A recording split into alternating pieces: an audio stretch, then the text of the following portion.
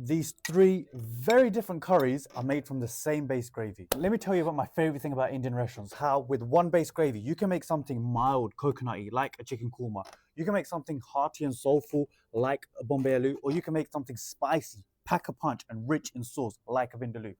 Now, these things are made with the same base gravy, and I'm a huge fan of the base gravy, of course, coming from Brick Lane. Now, when you cook at home, if you ever try and cook Indian food at home, what you have to do is you have to make your base first. So often that's dry spices, some onions, which you then puree to make your base sauce, and then you add in chicken, protein, spice, whatever. What the base gravy has done for UK Indian restaurants is essentially systemize that. You have a big pot of sauce that you can lash out base gravy into, and then add in your separate spices, your separate protein, and make complete different curries in maybe a third, maybe a quarter of the time it will take to make a curry at home.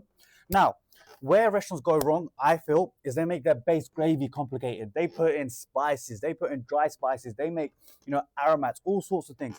But the problem with that is when your base gravy has all the spice in it, all your curries taste the same, which is why you always get people in comments saying that, the base gravy, they slag it off. When you do it like we do at City Spice, which is make your base gravy simple, just stock vegetables, just some salt, just some pepper, and a handful of neutral spices like curry powder, you can then do all of your spice work when you actually cook the dish out, when you cook your korma out, when you cook your Bombay aloo out, when you cook your sagaloo, when you cook your vindaloo out. You can do all of that spice and protein work in there. So that means you get vastly different tasting curries, incredibly tasty curries, and you can run your system so that you can get the curry out in quickly. Because let me tell you what's worse than a curry that tastes the same as another one. Arguably not getting your curry at all.